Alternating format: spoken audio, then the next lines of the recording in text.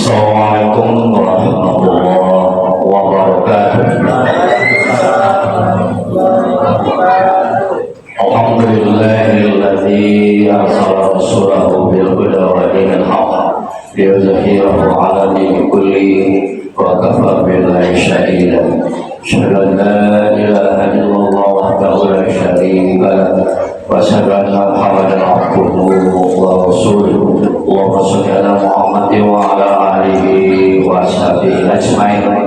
Asyhadu an la ilaha illallah wahdahu la syarika lahu wa asyhadu anna Muhammadan abduhu wa rasuluhu. Allahumma shalli ala Muhammadin wa ala alihi wa ashabihi ajmain.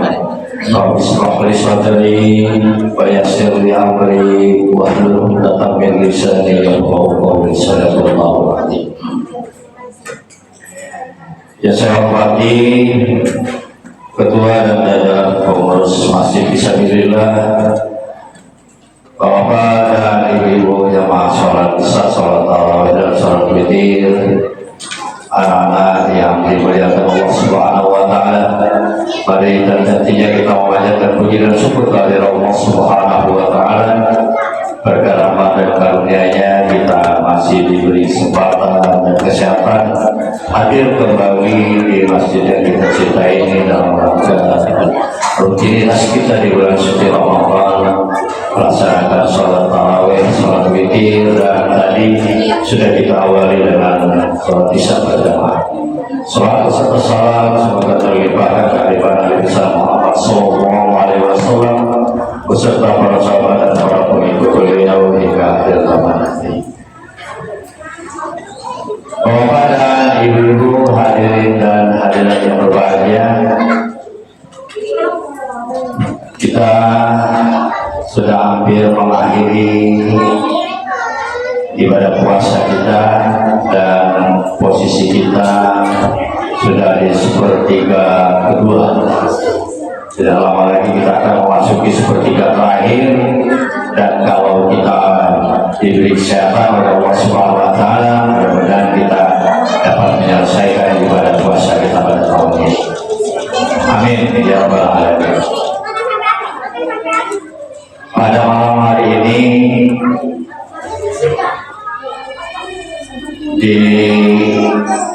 kalau kita melihat di dalam Al-Quran yang terdiri dari 30 juz, 114 surat dan 6.600 sekian itu, banyak sekali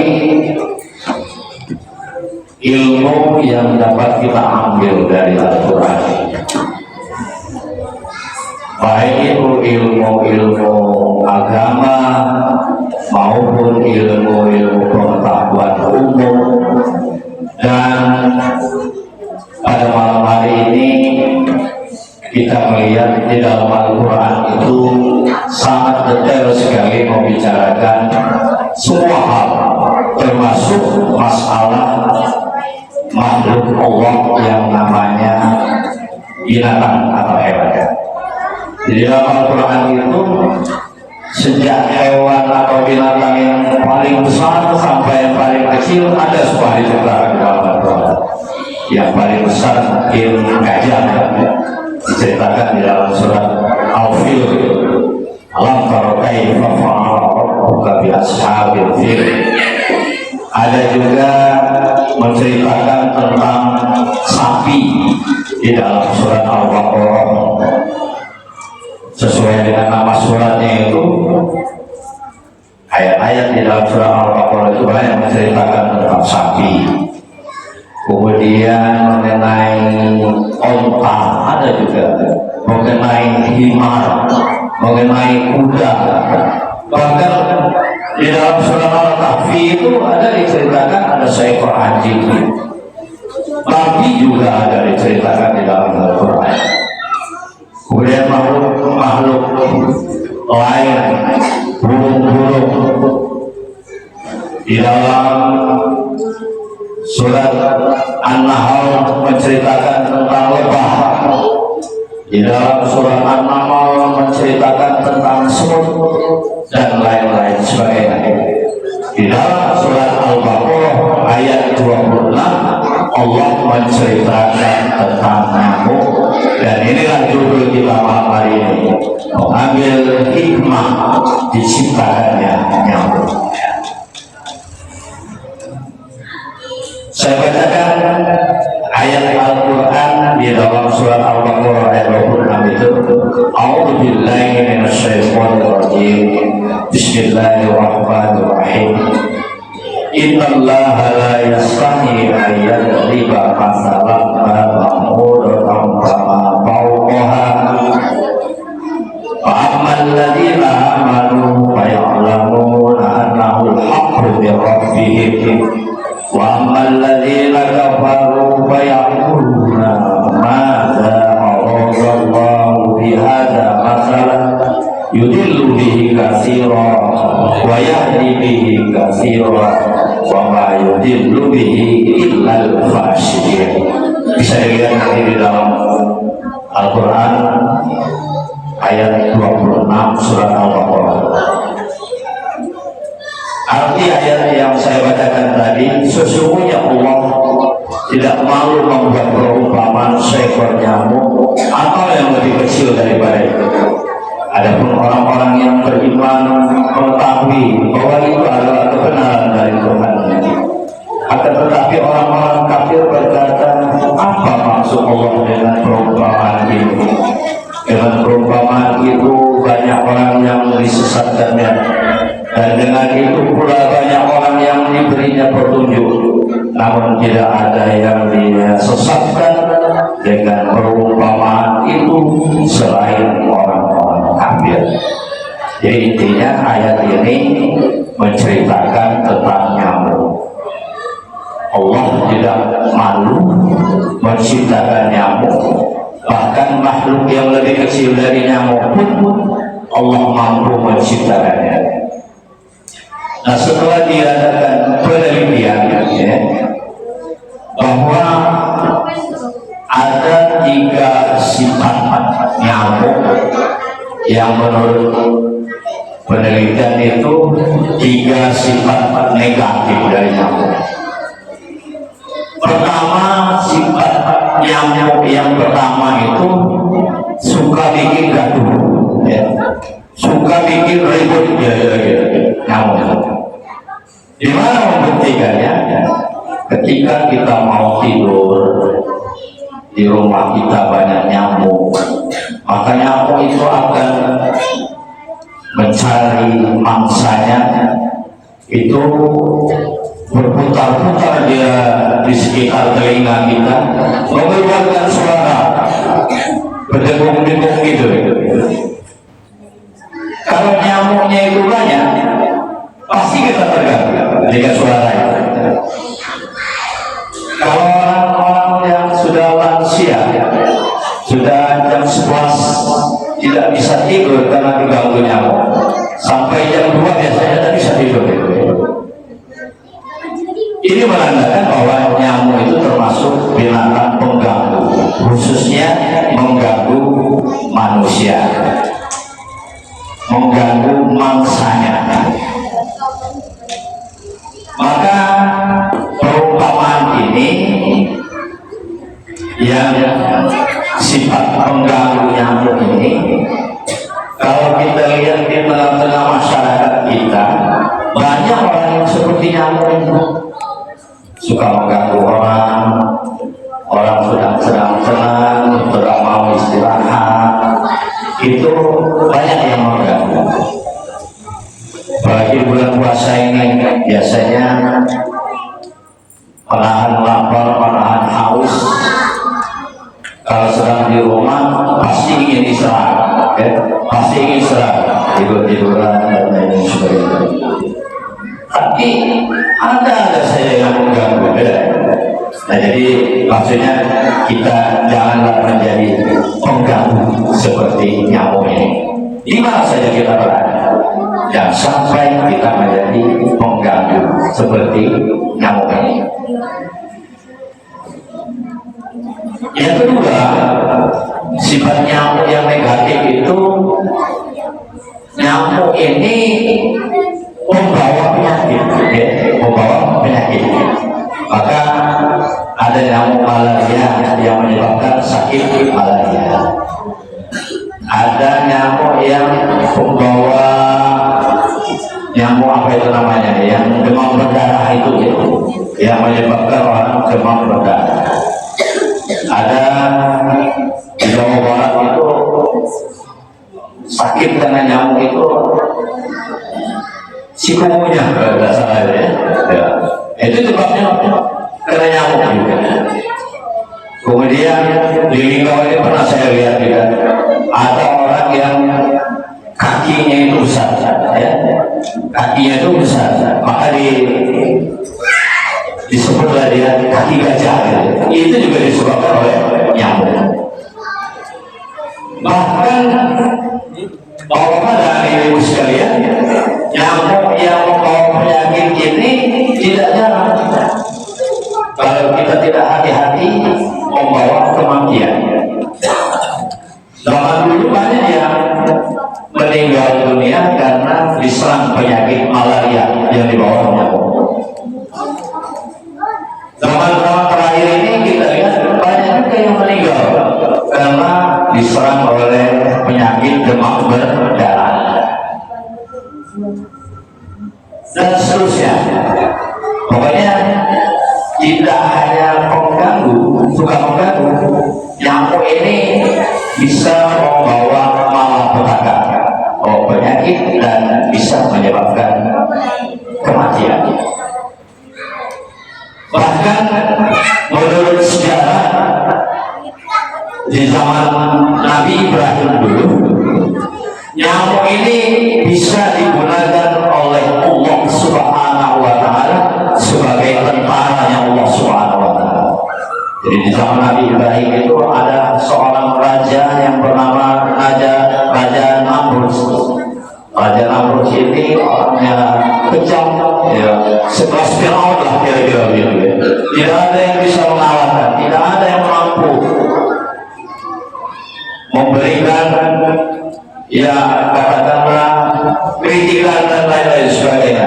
Dialah yang paling benar, dialah yang paling harus dituruti, dan tidak ada yang bisa melawannya kira-kira gitu. Sudah pada tingkat kezaliman yang tinggi, maka Allah Subhanahu wa Ta'ala turun tangan mengirimkan tentaranya berupa nyamuk untuk menyerang Raja Namrud ini.